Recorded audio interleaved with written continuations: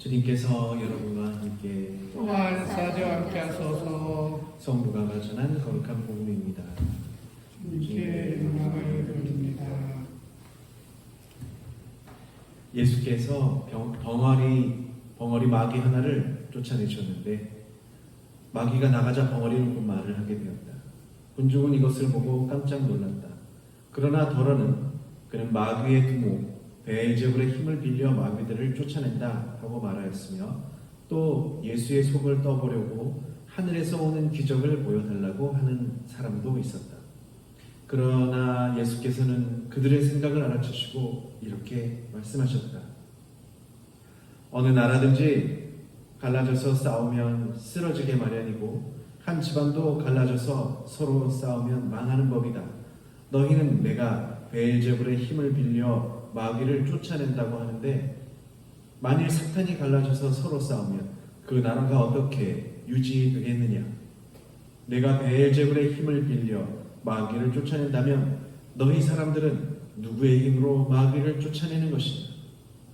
바로 그 사람들이 너희의 말이 그르다는 것을 지적할 것이다. 그러나 나는 하느님의 능력으로 마귀를 쫓아내고 있다. 그렇다면 하느님의 나라는 이미 너희에게 와 있는 것이다. 힘센 사람이 빈틈없이 무장하고 자기 집을 지키는 한 그의 재산은 안전하다. 그러나 그보다 더 힘센 사람이 달려들어 그를 무찌르면 그가 의지했던 무기는 모조리 빼앗기고 재산은 약탈당하여 남의 것이 될 것이다. 내 편에 서지 않는 사람은 나를 반대하는 사람이며 나와 함께 모아들이지 않는 사람은 해치는 사람이다. 주님의 복음입니다. 그리스도를 찬미합니다. 성부와 성자와 성령의 이름으로 아멘. 오늘 독서 말씀 예레미야 7장 23절에서 28절까지 말씀을 들으셨습니다. 하느님 말씀을 전하는 예언자인 예레미야의 예언이 헛될 것이다 라고 하느님께서 말씀하시죠. 이스라엘 백성이 예언자의 말을 듣지 않을 것이 불보듯 뻔하기 때문입니다. 그래서 하느님께서 예레미야에게 그저 이제 진실은 사라졌다. 진실을 말하는 입술은 어디에서도 찾아볼 수 없게 되었다고만 전하라. 그렇게 말씀하십니다. 하느님께서 예언자를 통해서 이제 진실을 전한다고 해도 사람들이 그것을 들어도 믿지 않을 것이고 찾지도 않을 것이다. 그리고 입으로 진실이라고 전하지만 거짓을 진실이라고 전하는 시대가 온 것입니다. 오늘날 지금 이제 지금 이제 2020년 이제 요 세대를 지금 시대를 표현하는 말들이 있습니다. 무슨 말이냐면 탈진실의 시대, 탈사실의 시대, 이렇게 얘기합니다. 그러니까 탈이라는 것은 이제 진실을 벗어난 시대다, 또 사실을 벗어난 시대다, 이런 뜻입니다. 이게 무슨 말이냐면 이제 진실도 사실도 없고 무엇이 진실인지는 중요하지 않으니까 모든 걸 그냥 다 거짓으로 여겨라, 이런 뜻입니다. 그냥 진실은 없어. 누가 말한 뭐든 다 허구야, 거짓이야 라고 여기라는 의미이고요. 그러니까 또 어떻게 그런 얘기를 하냐면 세상에 사실이 없고 오로지 각자의 의견 차이만 있다, 이런 얘기입니다. 미국도 그렇게 지금 벌어지고 있고요. 이런 얘기들 막 하고 있고, 우리나라도 지금 그런 상황이 있습니다. 막 그냥 자기 이야기만 하지 다 거짓말하는 거예요. 그리고 진실은 나만 갖고 있는 내 의견만 진실이고 다른 건 중요하지, 그리고 진실이 없다, 이렇게 얘기하는 경우들이 있습니다. 그래서 오늘 들으신 복음 말씀이 이에 딱 들어맞는 것 같습니다. 예수님께서 실제로 행하신 일이 있죠. 오늘 그 결과도 났잖아요. 벙어리 벙어리라는 말 요새 잘 안 쓰지만 말을 못하는 사람이 마귀가 그 사람을 잡고 있었어요. 그러니까 예수님이 그 마귀를 쫓아내신 거예요. 그건 사실이잖아요. 그리고 그 사람이 말 못하던 사람이 말을 했어요.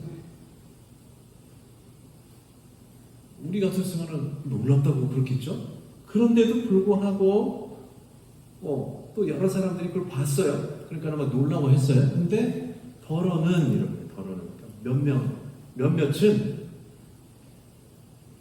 이 뭐라 그래?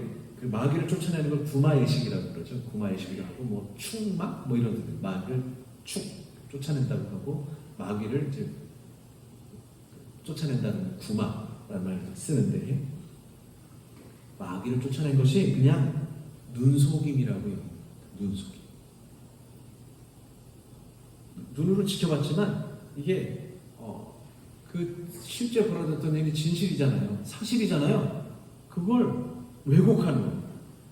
그러니까 무슨 얘기를 해요? 그 사람들이 베엘제불의 마귀의 두목인 베엘제불의 힘을 빌려서 마귀를 쫓아낸다라는 겁니다. 지금 예수님이 하신 일은 사실이 아닌 거예요. 눈속임한 거다. 이렇게 이야기를 하는 겁니다. 그럴 리가 없어. 저 사람이 그럴 리가 없어. 한 겁니다. 눈을 보고도 그런 얘기를 합니다. 그러니까 하나님께서 오늘 독서에서 예레미야 예언자의 입을 빌려서 무슨 말씀을 하시냐? 진실은 사라졌다. 그리고 진실을 말하는 입술은 어디에서도 찾아볼 수 없게 되었다고 한탄하고 계십니다.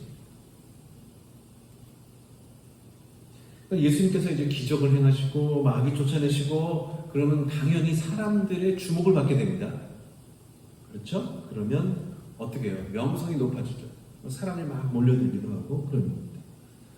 그럼 예수님을 따르는 사람들만 몰려들까요?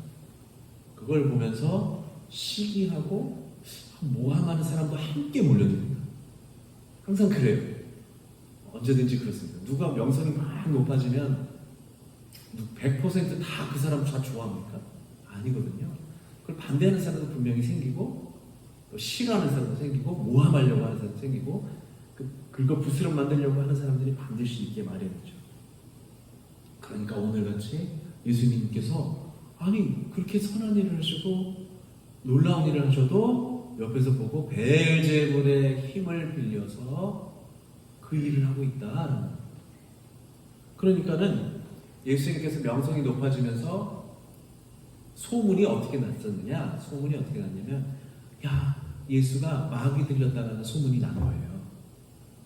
그러니까는 마리아 성모님하고 그 친척들이 예수님을 찾으러 다녔어요. 자기 아들이 당신 아들이 마귀 들렸다는 소문을 들은 거예요. 그러니까는 예수를 말리려고 왔다라는 게 이제 다른 성서의 복음서에 나오죠. 그러니까 우리는 사순절 첫 번째 주일에 광야에서 유혹받으신 장면을 누가복음을 통해서 보게 되는데 그때도 어떻게 하냐면 마귀가 매우 집요하고 음흉해서 예수님을 계속 유혹하다가 결국에 마지막에 어떻게 하냐? 다음 기회를 노리고서 물러갔다는 거예요. 다음 기회를 노리고서 물러갔다. 그러니까 오늘도 마찬가지입니다. 오늘도 예수님의 일을 방해하는 마귀는 오늘 복음에서도 여실히 등장하고 있는 것입니다. 그 이제 어떤 방식으로 하느냐? 진실을 찾을 수 없는 사람들과 사실을 왜곡하는 사람들의 입을 통해서 말하고 있는 것이죠. 어떻게든 흠집을 내고 예수님 곁으로 못 모이게 하려고 해치는 사람들 모아들이는 것이 아니라 이제 막 뿔뿔이 흩어지게 하는 것이죠. 그렇다면 이 예수님과 거짓 예언자 혹은 구마자와 다른 점은 무엇일까요?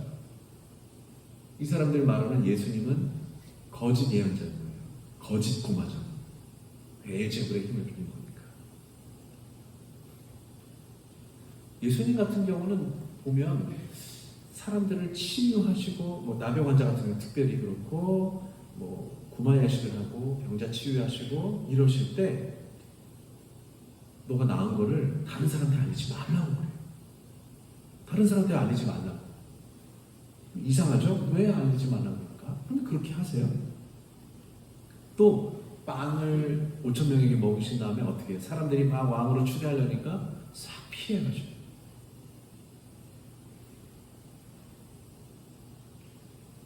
그런데 거짓 예언자들은 자기가 그렇게 치유하고 하면은 어떻게 할까요? 쉿, 조용히 해. 이런 말 안 해요. 결국은 내가 예수님의 능력을 받아서 치유한 겁니다 하면 어떻게 돼요?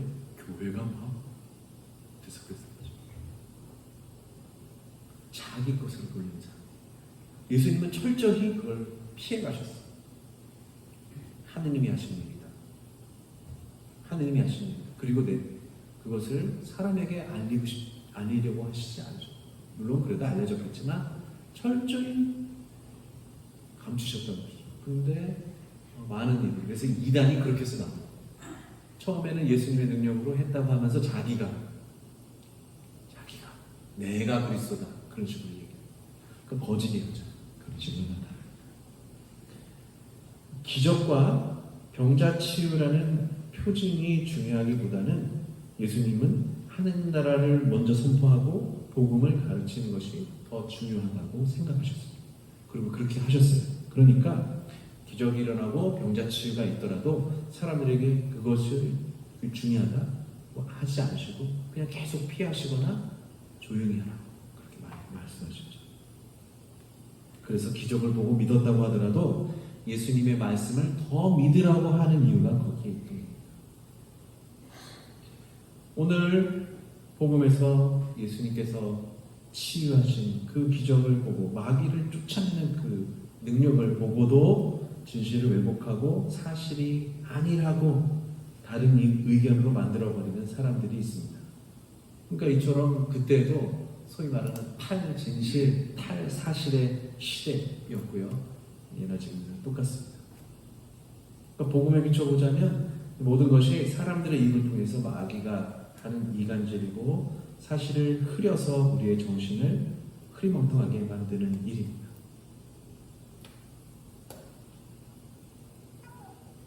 그러니까 한마디로 예수라는 사람이 베엘제불하고 결탁을 해서 일단 마귀를 쫓아낸 것처럼 보이게 한 다음에 어떻게 하느냐?